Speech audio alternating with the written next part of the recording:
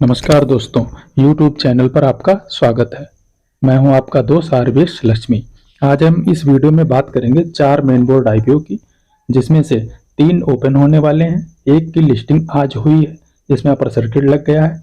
तो चलिए वीडियो को शुरू करते हैं। फर्स्ट नंबर पर है Garuda construction and engineering limited का आईपीओ। ये एक कंस्ट्रक्शन कंपनी है। इसकी ओपनिंग डेट 8 अक्टूबर की है एंड क्लोजिंग 10 अक्टूबर की है। अलॉटमेंट 11 अक्टूबर को होगा एंड लिस्टिंग 15 अक्टूबर को होगी। फेस वैल्यू 5 रुपीज़ पर शेयर की है।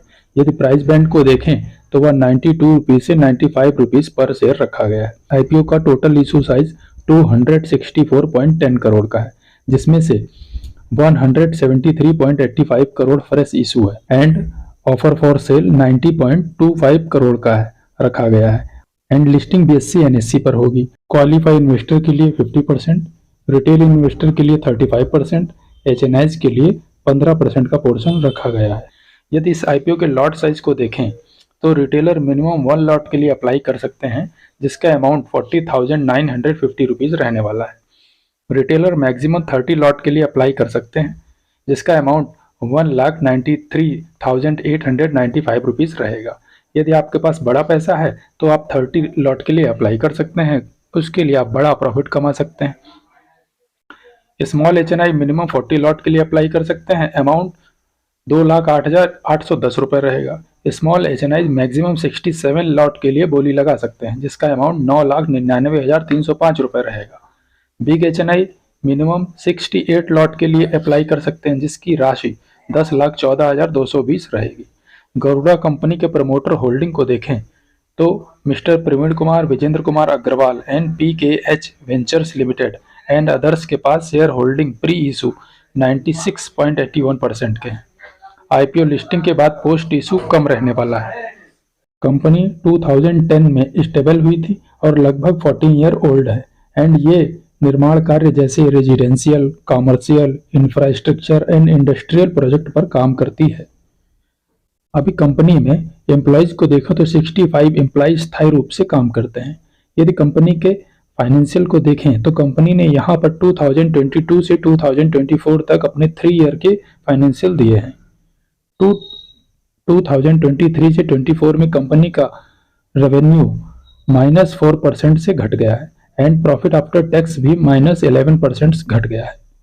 यदि कंपनी के एसेट्स को देखें तो 22 में 111 करोड़ से बढ़कर मार्च 24 में 234.84 करोड़ का हो गया, यानी 235 करोड़ के।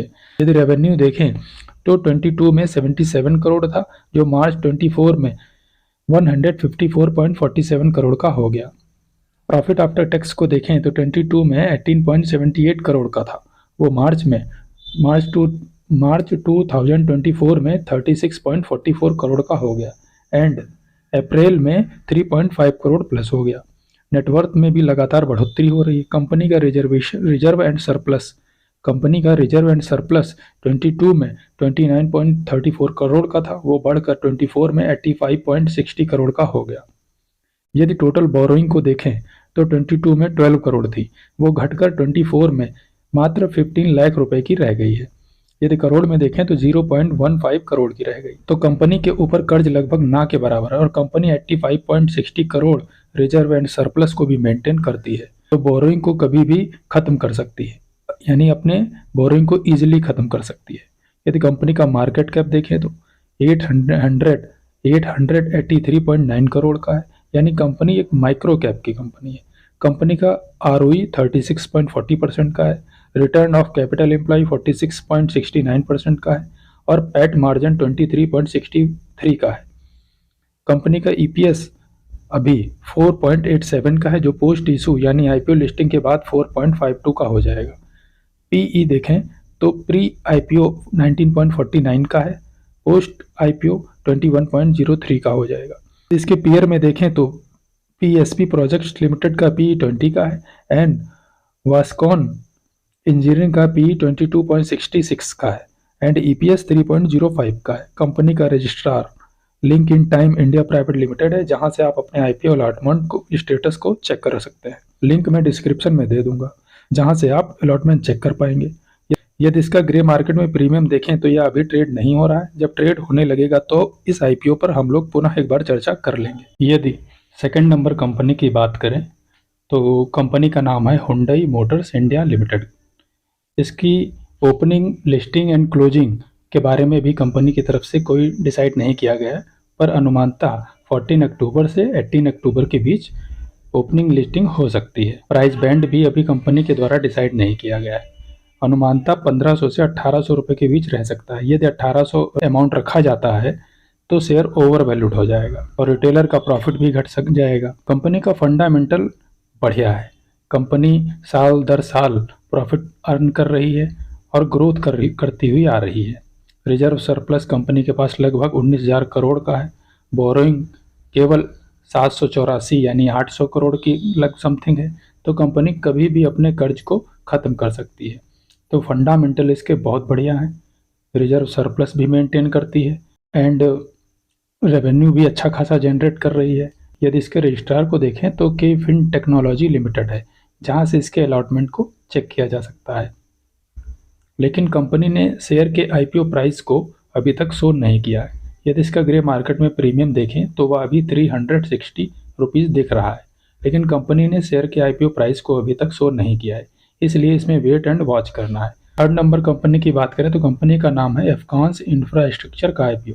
इसका भी अभी opening date, closing date and listing date company की तरफ से डिसाइड नहीं किया गया है। कंपनी ने 7,000 करोड़ रुपए का टोटल इशू साइज रखा है, जिसमें से 1250 करोड़ के फ्रेश इशू एंड 5,750 करोड़ रुपए का ऑफर फॉर सेल। लगभग 80% पैसा कंपनी में यूज नहीं होगा। लिस्टिंग बीएससी एनएससी पर होगी एंड कंपनी के पास रिजर्व एंड सरप्लस को देखें तो 2718.55 करोड़ का है एंड बोरोइंग को कंपनी की तरफ से शो नहीं किया गया है। जबकि मैंने इसकी पहली वीडियो बनाई थी, उसमें कंपनी ने 2023 में बोरोइंग 2,842.92 करोड़ रुपए यानी 2,843 करोड़ रुपए दिखाई थी। रिजर्व एंड सरप्लस को शो नहीं किया था। ऐसा लगता है कंपनी अपने फंडामेंटल को तोड़ मरोड़ कर दिखा रही है। कंपनी का registrar link in time private limited है, जहां से इसके अलॉटमेंट को चेक कर सकते हैं। लिंक डिस्क्रिप्शन में दे दूंगा, जहां से आप इसे चेक कर पाएंगे। यदि इसका हम ग्रे मार्केट में प्रीमियम देखें तो वहां पर अभी कुछ भी शो नहीं हो रहा है, तो इसमें भी अभी वेट एंड वॉच करना है। जब ग्रे मार्केट में ट्रेड होने लगेगा तो हम लोग इस पर फिर से एक बार डिस्कस कर लेंगे। लिस्ट के 4th नंबर पर है डिफ्यूजन इंजीनियर्स का आईपीओ। इसकी 4 अक्टूबर आज लिस्टिंग हुई है। रिटेलर 1 लॉट लगा सकते थे, जिसका अमाउंट लगभग 14,784 रुपए था।